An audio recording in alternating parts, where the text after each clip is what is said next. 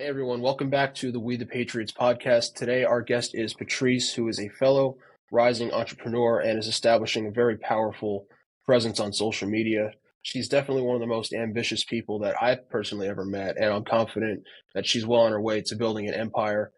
Definitely remember her name because she's going to be a star. About this thing that's in my brain. It keeps me from wanting to go on, but I want some gain. Maybe a little fame. Yeah. First of all, Patrice, where can people find you on social media? Where would you prefer to direct people to? Yeah, you can find my Instagram and my YouTube. It's just my name, Patrice A Moore. So it's Patrice and then just A Moore. But yeah, I'm most active on Instagram and YouTube. So those are the best places to reach me. Great. Yeah, so I know with you, entrepreneurship, and especially this past year, has really been a whirlwind and a journey. You always kind of talk about that, like how much can change in a year, and I'm really a big advocate for that too. As I've seen how much can change in a relatively short amount of time. Kind of tell us a little bit of your backstory and what kind of made you want to initiate this change in your life, and what kind of motivated you to um, start doing what you do. Yeah. Well, I guess it goes back to when I was in school and I started going to college right before COVID and like just didn't feel right. I was in school and I was trying a bunch of different majors and none of them really had the trajectory that I wanted. Like I was looking at all the people that were 10 years down the road and I was like, dang, that's not the life that I want. And so when I was 19, I was introduced to a couple entrepreneurs in like the e-commerce and Airbnb space. So like I was just really blessed that they kind of took me under their wing and they would let me listen in on their sales calls and go to conferences and kind of just like tag along on their meetings and really just learn from them. And so I started my first business at 19. And that was really where I just had the vision of like, wow, there's so much more out there. And these people didn't have degrees. They didn't care like what college you went to. And I was like, okay, so maybe like the metrics that we've been given for like success are a little off here because these people seem way more happy than like the Right. successful people I know. And so I dropped out of school. I started a business and I have this obsessive personality. I was telling my mom this earlier. I'm like, when I find something I like, I am just like all in obsessed with it. So I'm like really careful about like what I let in my life because I know I have that personality. Even with like food, like if I find a food I Oh yeah. like, I will eat that food every single day. And so with business, it was just this thing that I could become obsessed about. And so I went from being obsessed with school to obsessed with business. And I've just been like pretty much all in since 19, but it really took about 2.5 years to figure out how am I going to make this something that makes money? Because I mean, at its peak, my e-commerce business was bringing in about $3,500 a month, but the percentage of that was profit was like less than 20%. And so I just knew I didn't want to be in physical goods, but that kind of brings me to where I am now, where I'm doing pretty much all info products and digital services, and specifically in the copywriting space. That's where I've found most of my success. Yeah, long story short, it kind of just started with meeting the right people and having my vision for what was possible totally expanded. Yeah, that's great. I mean, first of all, having mentors I know it can really be a game changer. I mean, just having someone willing to take you under their wing, which I'm blessed to have right now, actually, it can really accelerate your path, and it's just so important. Um, Absolutely. yeah, and then so kind of how did you get into the copywriting space? Because I know a lot of people out there are really interested in that nowadays. Yeah.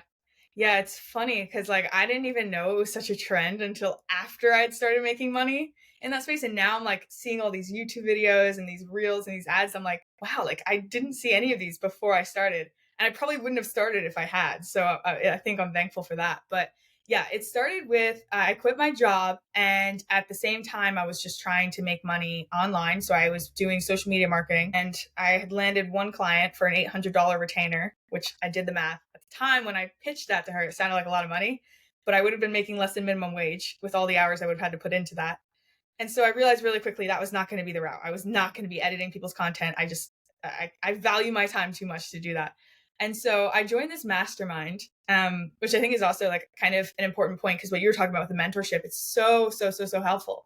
And I was it was risky for me because I had just quit my job and it was a $2,000 mastermind. And I was like, didn't know what I was going to get out of it. And there's so much hate online directed towards like coaches and courses, and a lot of them are not legit. But how I see it is like, if you do the proper vetting and you see that somebody has the results you want and you want to get there faster, you should invest in a coach, because it eliminates like 90% of the failure and the time that you would have had to invest in like the learning and, the just like refining your processes and everything. You can just like get started right. And so that's exactly what I did. I met this coach, had no idea what my niche was, what my business was, what I was going to do. I just knew that I needed to get around successful people. And so this mastermind was just filled with very high level entrepreneurs. Obviously, like they had thousands of dollars just to invest into Zoom calls. They're going to be pretty high level. And so I pretty much just put all my money into that and started like, just talking to these entrepreneurs, interviewing them, having them on my podcast. And it led to one of them asking me to ghostwrite for him, just like ghostwrite a book, which then led to me writing posts for him, writing emails. And at the time, I didn't even know what copywriting was. Like I kind of like just threw that word around. So I'm like, that seems like what I'm doing here, ghostwriting, copywriting, whatever. And so when people would ask me what I did, the easiest thing was just to say, I'm a copywriter. And so that's what I started telling people. And at the time, like I had only done I had one copywriting client, but it was easier than trying to explain that, oh, like I do some social media, I do some marketing, I have a podcast, I have a free online community for young entrepreneurs. I was like, I'm just a copywriter. It's easier to explain. And so then people started asking me, to do their copywriting, because all these people are entrepreneurs I'm talking to. And so really, really quickly, I realized how lucrative that was. And I started just kind of like tapping into my network. And yeah, I mean, it's crazy how long I spent trying to make like the money I'm making now.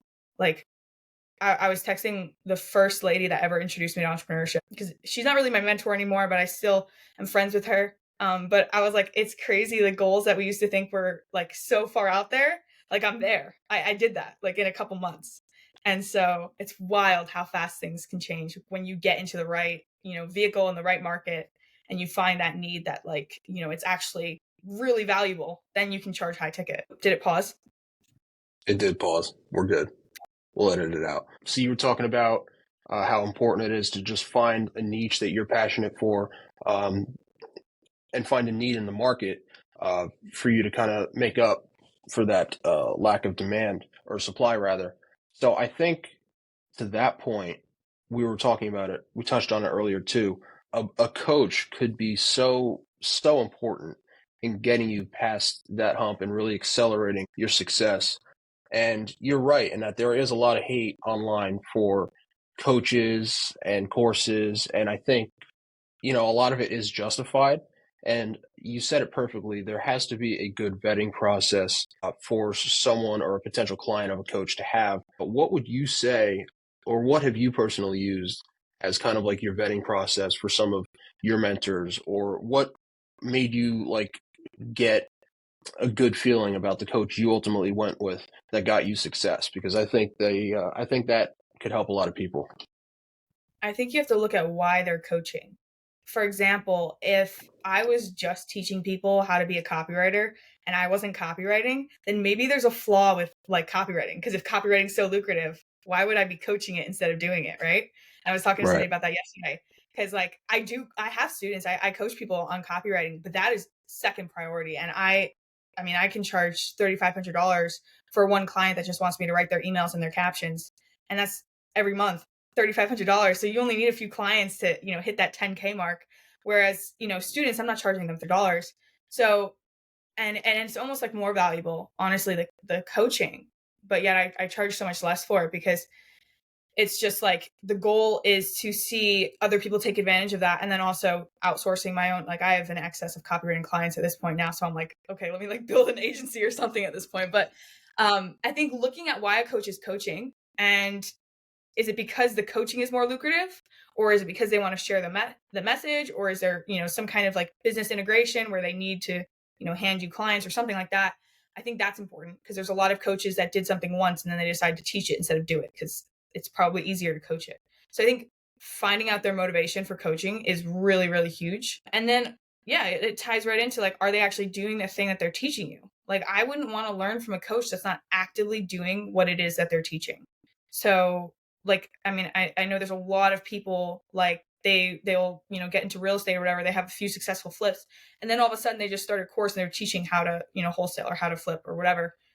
And, that makes you question, like, okay, well, was something not working with the wholesaling that now you just want to teach it? Or, if they're doing both, that's, I think, the best scenario where they're like, okay, I can make some extra money teaching people. It makes sense. Like, it makes sense to make extra money coaching it and, kind of outsource some of the work and spread yourself into, different markets and stuff. But if they're not actively doing whatever it is that they're teaching, then I don't consider them a credible coach, because it changes so fast in a market. Copywriting is going to change every single year. So just because somebody was a successful copywriter 5 years ago doesn't mean they're, a credible coach in today's market. It's just, it changes too fast. So if they're not actively doing whatever it is that they're trying to teach, then I don't think you should invest money learning from them.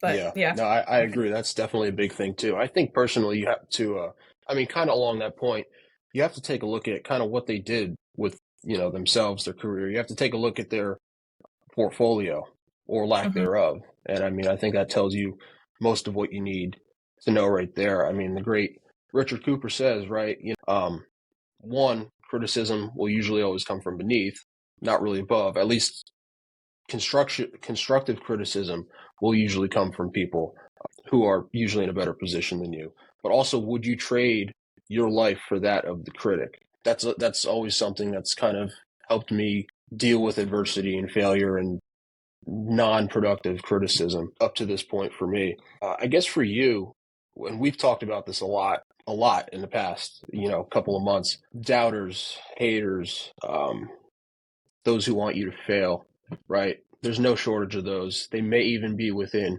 your very tight-knit inner circle. Um, could be family members, right? I know I have those. You may have mentioned that you have those as well.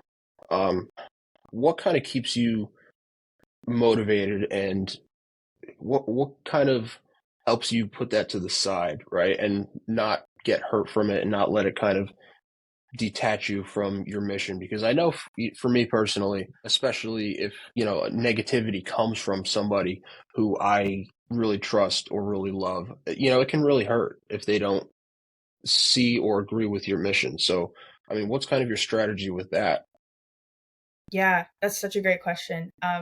So yeah, as far as where my motivation comes from, it comes from them. Like, I just look at the life that they have, and if they're criticizing me and they don't have the life that I want, I take that as like a compliment, and I'm like, thank God they're criticizing me, because if they were approving of what I'm doing, then I'm probably not on track. So, great example. Actually, last week, I'll just call her out. My mom was on a phone call with one of my aunts who has never been an entrepreneur and has never really been supportive ever since I started my first business at 19. And I remember sharing with her my dreams, and because she was like my favorite aunt growing up as a kid. I thought she was so cool. And so I started my first business, and the goal with that first business was I wanted to retire my parents. And I remember her just like laughing at me and like getting everyone in the room to laugh. And I mean, I was never like deterred by that, because if it was somebody that I didn't look up to in the sense that they had the results I wanted, I never took their opinion to heart. I think I always just had a problem with authority. And so that was definitely in my advantage, because anytime somebody would tell me to do something, whether it was like in school, whether it was a doctor, whether it was a boss, like I had no problem questioning it. And I think I got enough good feedback because of questioning people, which that plays such a big role. Like, if like you'll do the things that you're rewarded for, and you'll avoid the things that you're punished for. And I think I was rewarded for like indirectly challenging authority growing up, because like in a lot of scenarios I just turned out to be right. And I think that was kind of luck, but it led me to this really like strong sense of self-confidence. And so whenever I got negative feedback, it was just motivation. It like automatically just went into like motivation. And sure, it might have hurt, but like, anyway, the conversation, I overheard my mom on the phone with my aunt, and she mentioned that I'm like moving out and I'm moving west, and I'm just going to be living out of Airbnbs and kind of like, living the digital nomad lifestyle. And I overheard my aunt ask my mom, has she run out of money yet? Because she knows I like quit my job like 6 months ago. And it was just so funny. I'm like, she has no idea. Like, she's never probably made more than like 5 grand in a month. And she's never been an entrepreneur. She has no clue, like, what I'm doing. And so it was just so funny to hear, like, because I guess maybe it helps that I'm like very, very much not in that situation, that I'm, doing pretty good with my businesses. But it was so cool to hear that like, and be like, wow, she has no clue and she doesn't need to. She doesn't need to have any clue what I'm doing. I just know, like, if you have that clarity of vision, and whether you have the results yet or not, because for 3 years I didn't have the results, but if you know, like, I am doing what it would take to get to the level of lifestyle that I want, that's all you need. That's like, if you're like, okay, what would somebody that makes $10,000 a month do every day? And you're doing those things that that person would do. That's all the proof that you need to know that in a matter of years, you're going to be there. Probably a lot less. Right. If you're smart and you're using the internet, it shouldn't take you longer than like 6 months. But I think a lot of people get kind of like, they just get caught in these limiting beliefs that it's so much harder than it is. So yeah, I think just have that clarity of vision of where you're going and back it up with your actions and your daily routines and what you're focused on, and those comments won't bother you. Right. And things eventually fall into place when you do follow those routines and do the things that people of success do, right? And I like to say that there's not one path to one goal, right? So say, for example, to $10,000 a month, there's basics that those who are that successful, that they every day they get up, they have a routine, they work on whatever it is they're doing. But at the end of the day, we're all individuals. We all have our differences. So there's so many different personalities and pathways that can make it to that goal. But underlying, there's really a lot of common denominators between those who are not entrepreneurs and those who work a 9-to-5 job, for example. And I think something that you touched on earlier in that previous answer was questioning authority. I think that's a really interesting point because I know a lot of the entrepreneurs I've ever met or heard of or studied, read about, one of those common themes with them, and that's not even like I mean, it is a day-to-day thing, but it's not like a part of a routine, say. But I notice it's a like common personality trait of those who question the system, question authority. I notice that's a trait of a lot of entrepreneurs, and I find that really interesting.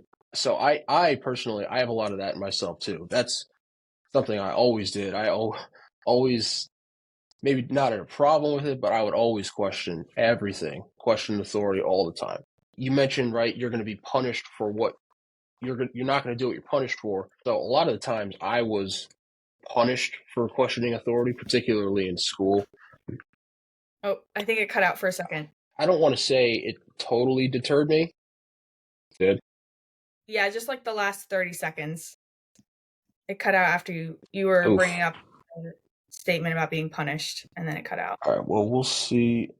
I'll look at it later, and because honestly, I think what Riverside does is I think it just records locally, and then like I think it fixes it after, so I think we won't even notice it. Okay. But I'll see. If anything, we'll just pick it up. So I was talking about questioning authority and how that's what I perceive, at least, to be a very common personality trait of a lot of entrepreneurs and even successful people in the C-suite world or the corporate world. You mentioned before how you won't do what you're punished for. You will do what you're rewarded for. I had a similar experience, but I personally was never really rewarded for questioning authority. I got a lot of pushback for it, a lot of flack for it, right? Because if you don't fall into line, it's harder for you ultimately, socially, academically, in a job, in a 9-to-5 job. Life is harder for you. That's what I found, at least personally. I was never really deterred by it, but it could be demoralizing sometimes, honestly, like, being the only one in the room who looks at something a certain way. And they say, right, like entrepreneurship is lonely. It is very lonely. It is one of the hardest things you could do for that reason, or that's one of the reasons, at least in my opinion, is that it's very lonely. And then when you make it to the top, it's even more lonely because you don't relate to people the way that the common majority of the population relates to themselves, right? You look at the world differently. You have a different experience, a different outlook on life. And that's, again, another point as to why I think mentorship and being surrounded by like-minded people is so incredibly important, especially as an up-and-coming entrepreneur. right? You are going to be the average of the 5 people you surround yourself with. So the 5 people you spend your most time with, you're going to be the average of those 5 people. If you're the smartest person in the room, you're in the wrong room, right? Like look to get in a Yep. better room. And that like iron sharpens iron mentality, like constantly looking to level up and better yourself. It might be hard day to day, but over time and before you know it, even over the course of a couple months doing that, I mean, the improvement you can notice in yourself is unbelievable. And that improvement, when you do look back and see it, that's kind of personally what kept me going, keeps me going, and just constantly having ideas flow out, running it by people. There might be something here, there might not be something here.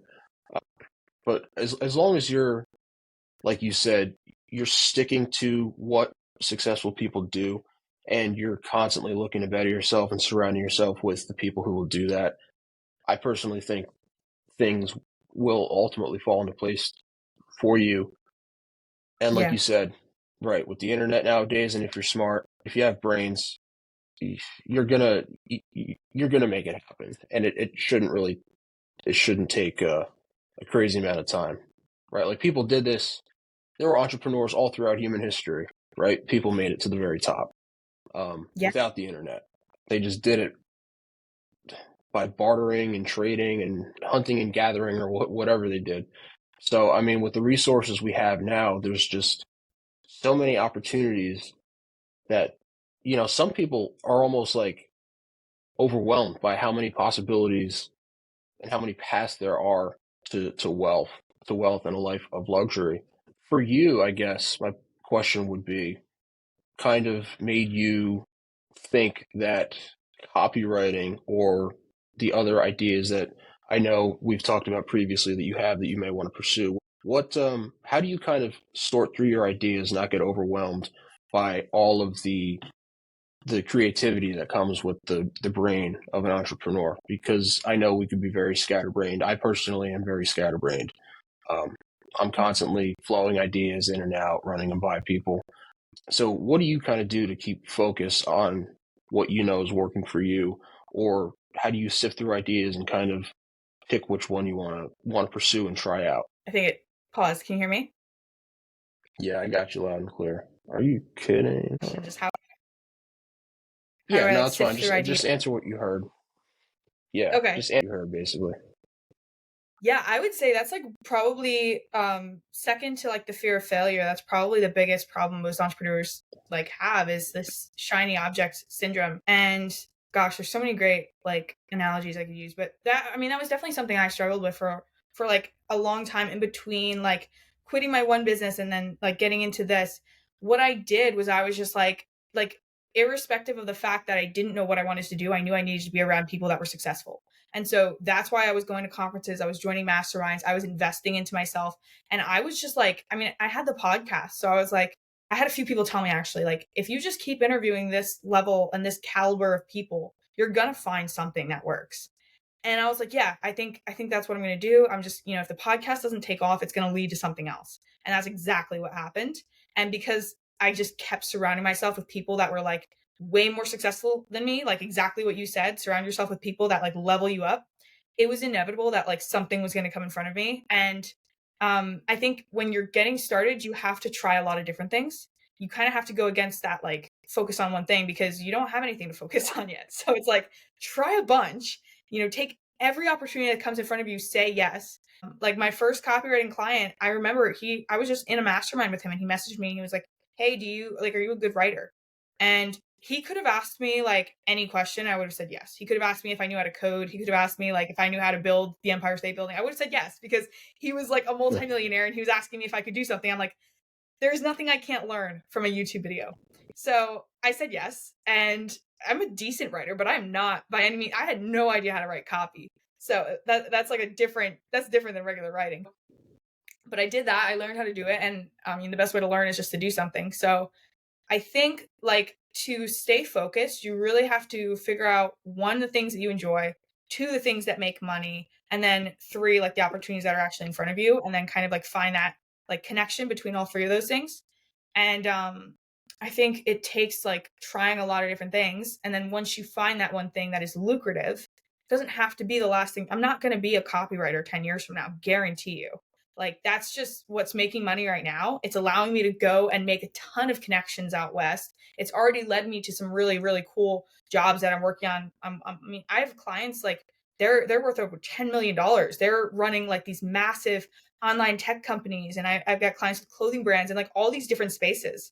And so that's really cool getting to associate with people like that. It also comes with things that I have to say no to. Like I had somebody that wanted to, partner up with me and have me grow they wanted to create like a fashion brand online, like a community around it.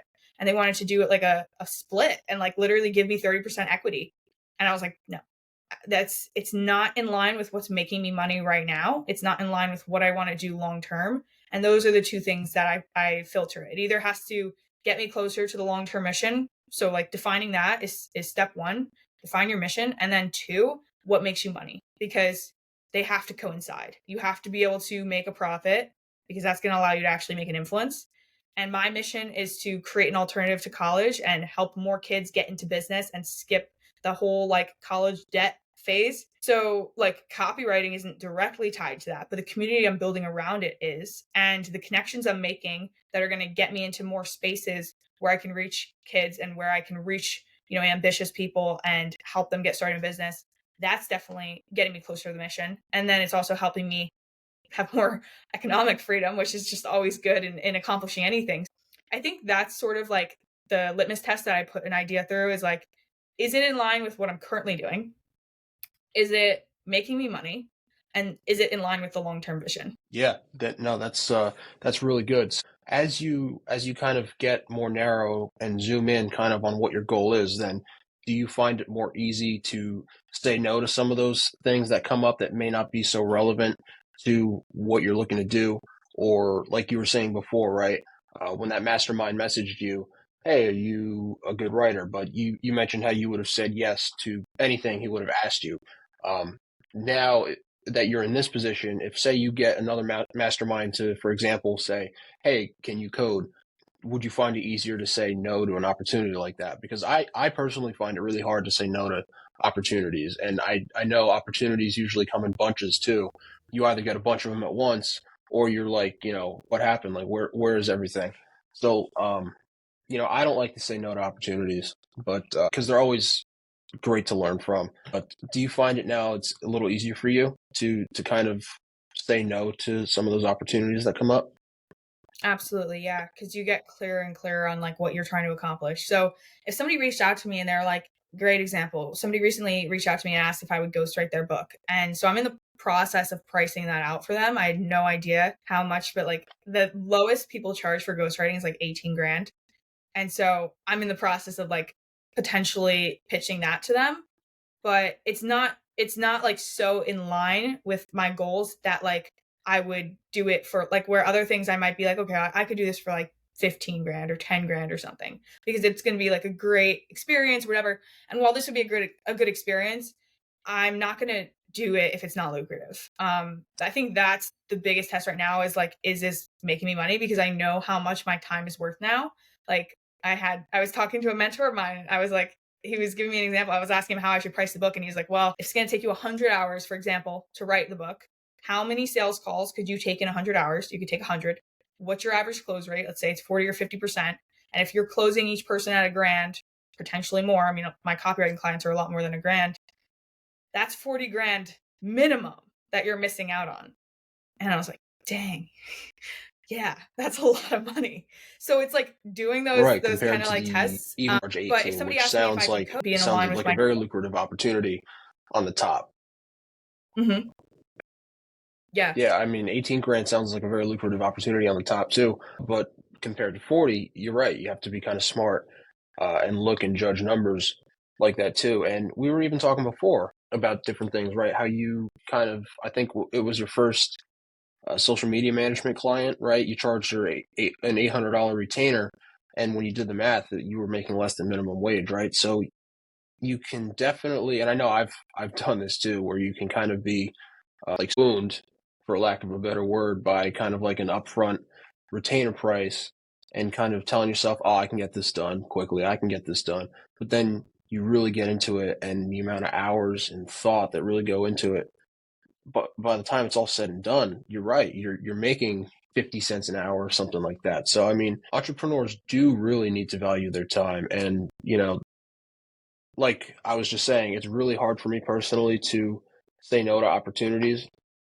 I've also found, like, on the other hand of that, because of that, I don't want to say I was consciously not valuing my time, but I found that I was essentially just giving my time to things where I wasn't getting as much value in return. So I think, entrepreneurs wouldn't be entrepreneurs without a creative and ambitious brain, but we need to kind of have control over that and figure out a way to zoom that in and reel it in so that we can focus ourselves and really put our energy towards, like you said, what's going to make us money, where there's a need in the market, and what we like. Mm-hmm. Yeah, absolutely. I had I forget what the opportunity was last week, but I messaged one of my friends in business and I was like, hey, like blah blah blah, this just came up. Not sure if it's, a lady in a red dress trying to distract me or if this is like a potential big opportunity. And gosh, I forget what it was, but he was like, yeah, that's a distraction. And so there's things that like come up like that all the time. Like the more success you have, the more opportunities come your way, but the easier it is to say no, because as soon as you start to get traction with one thing, your own value for your time goes up and your own clarity for where you can go goes up.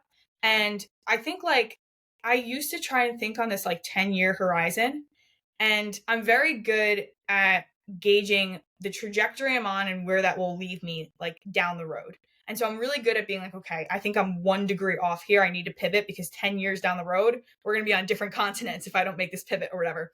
And so I'm good at that. But at the same time, things in business change so fast that if you're trying to, plan where you're going to be 10 years from now with the business vehicle you're in now, I think that's kind of going to hold you back because you're going to try and get everything perfect. And that's what holds a lot of people back, is that perfectionism. Just make money first, make connections. The biggest asset you can have is a network.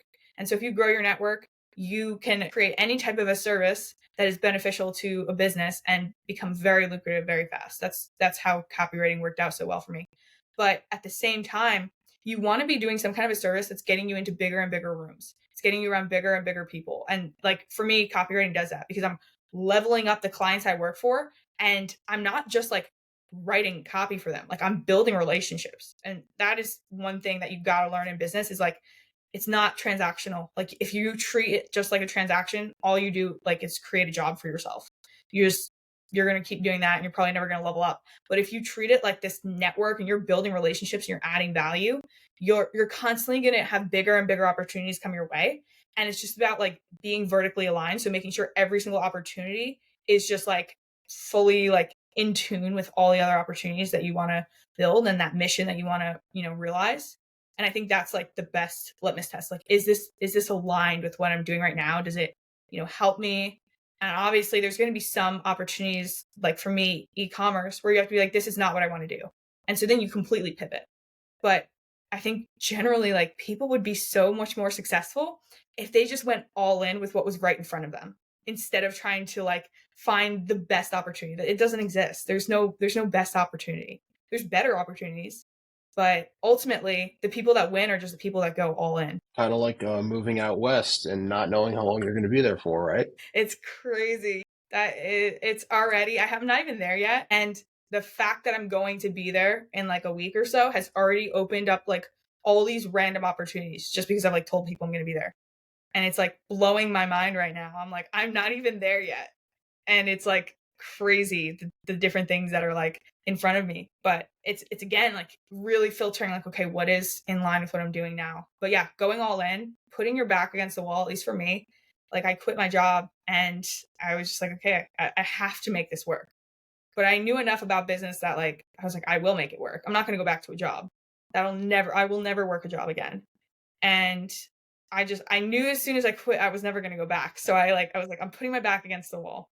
And then immediately invested a bunch of money. So I didn't even have a choice to like just live off of savings. I'm like, okay, now I'm invested. I spent $2,000 on a mastermind. Then I spent another like $2,500 going to a conference. Yeah. And it's all been worth it. Every time I've invested into my education, I make more than that back within like 30 days. It's just crazy. So yeah, go all in. Yeah, that's one thing I know personally. I never have shame investing in is myself, my education. I just love learning personally. And I find a lot of entrepreneurs, even if it isn't directly related to their business, they have other passions that they just love learning about. And for me, I never feel guilty spending money on, for example, like a historical trip or like a museum ticket or something like that. Um, or even right time is money, reading a book on something I'm really fascinated by. I never feel guilty about doing that if it's productive. Now, where I do feel guilty is if, you get lost on YouTube just watching random things fly by and just you can kind of get lost in the YouTube black hole very easily. I know I can too. I can kind of get distracted. And then by the time, an hour or two is over that you wasted, I was like, what did I get from that? Nothing. So Yeah. you just with YouTube, that's one of those things where you kind of have to be careful. You can learn so much on YouTube, even just the internet in general. You can learn so much, but you really have to kind of be very careful with your time there because you can end up feeling guilty about some of the time you waste there. But Yeah. if I sit down and, uh, watch an hour coding tutorial or something like that, and I end up not having to use it, but I found out that, okay, I need to do something else now to solve this problem I have. I don't feel guilty at all about wasting that hour. Hmm. In fact, I'm glad I did it because it probably saved me more time in the future because now I know, okay, I need to delegate this, right? Or I need to find another way to solve this problem, or I might know someone who has a better way to solve this problem. So, yeah, I mean, education in all realms, in all contexts, is a great thing for entrepreneur, anyone really. I really think education is extremely powerful, but particularly in the application of entrepreneurs, I think it's greatly beneficial, like you said. Yeah. No, I agree. And I think it becomes almost like a curse when you get in business. I don't know if you experience this, but like you mentioned just briefly, like the guilt. I definitely experienced. I watched a movie with my sister because I'm leaving in a couple days, so I wanted to spend some time with her. And like it's so real, like the guilt, because I think when you start like making money as an entrepreneur, then like your brain sort of like, or even before I made money, I was still like this, like your brain flips a switch where you start like calculating everything as far as like how much money you could be making. And it's not even like an obsession with money, it's kind of just an obsession with the game. And so like anytime I'm doing something that's not making me money, I'm seeing red as far as like I could be making this much money right now. And so it's so hard for me to do anything besides like business oriented things. And I mean, I'm sure at some point, like once the systems are built and outsourced, I'll have to find some other hobbies. But right now, I'm like, it's really hard for me to like take time off that's not business related and like just sit down somewhere. Like I work through every meal.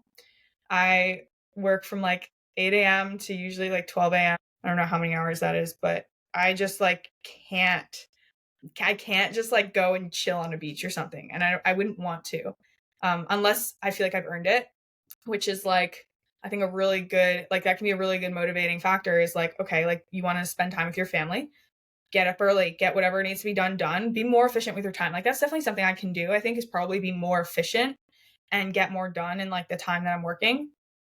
So it's all just about like creating like systems and stuff that allow you to do whatever it is that you enjoy doing. And if you're procrastinating on something, somebody told me this recently, if you're procrastinating on something, maybe just try not doing it. Like maybe there's a reason you hate doing it and maybe that's not the best use of your time. There's obviously things that you have to do, but look at the things that you just like don't procrastinate on. And if it is YouTube or it is social media, maybe you want to be a social media editor, maybe you want to be a marketer, or maybe you want to be an influencer or whatever it is. But like figure out what it is that you just spend your time, your free time doing. History is a great example for you. Like there's so many things that I think people will just kind of put on the back burner that they're really passionate about and they go in again Right. and then come back to their passion.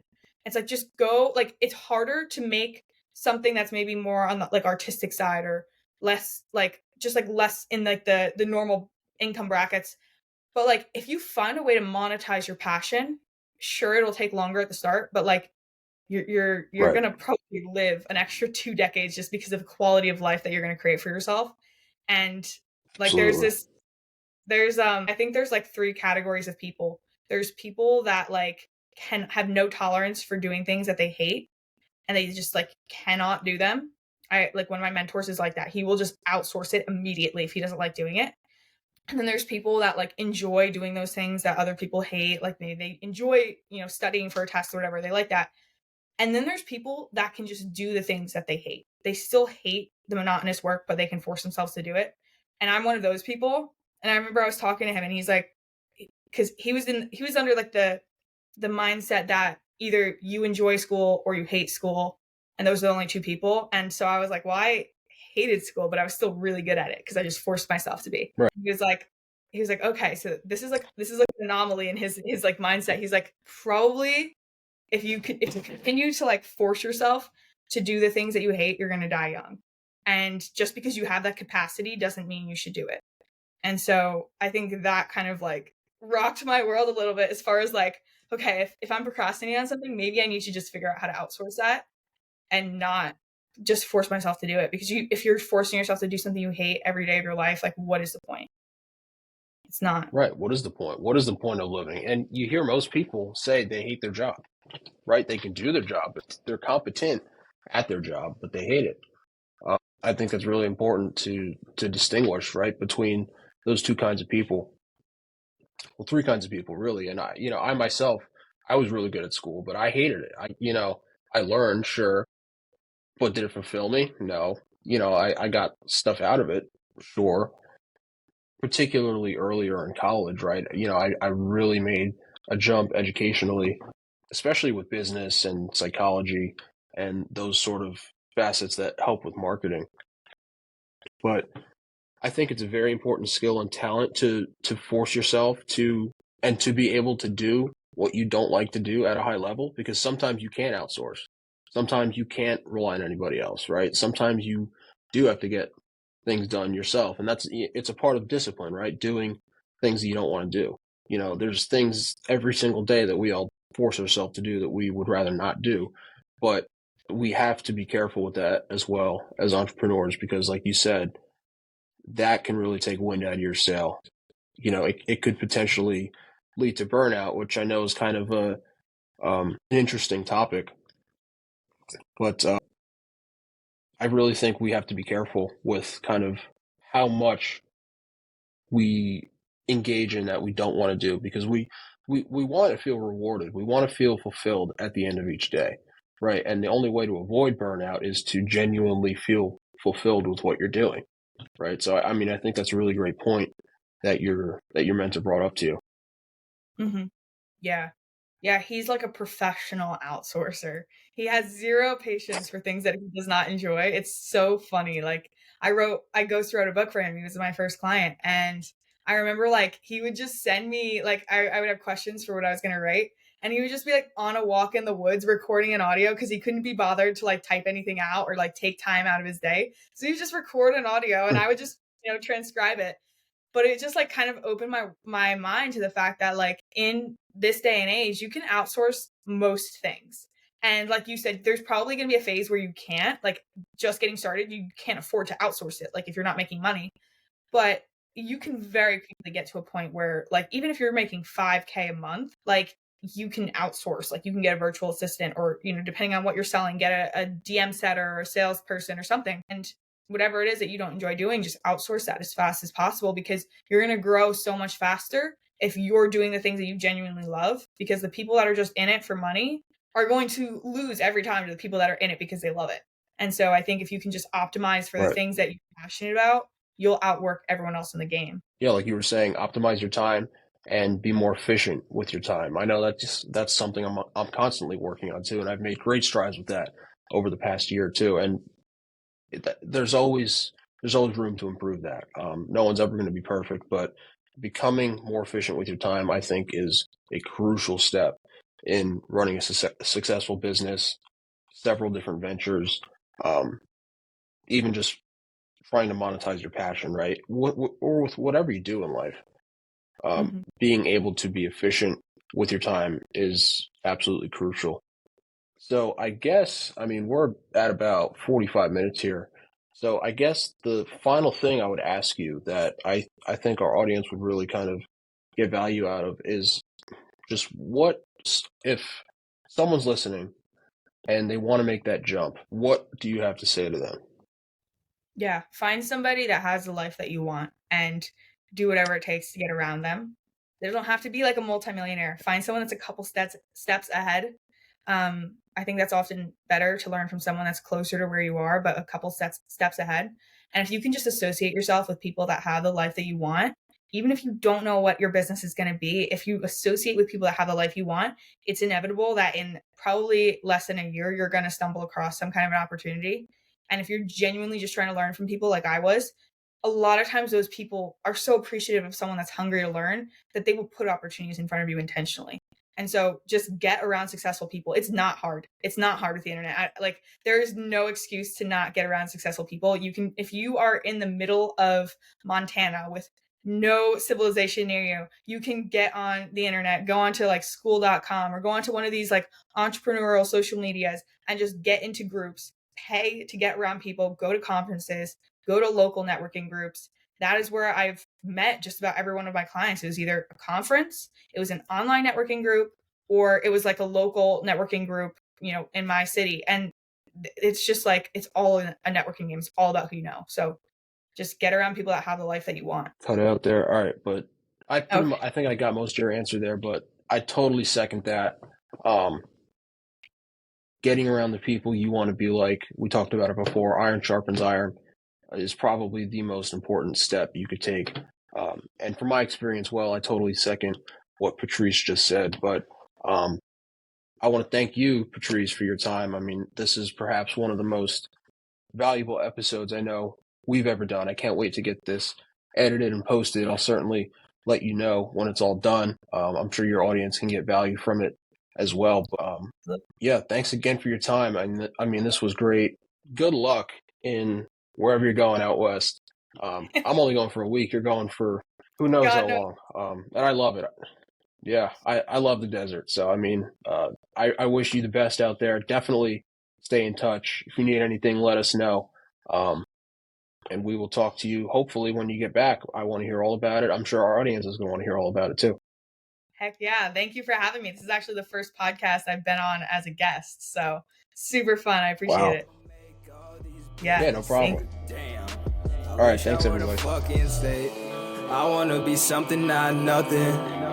Trapped inside my dream and I'm running away from these demons. But the feeling's so good, I'ma keep dreaming.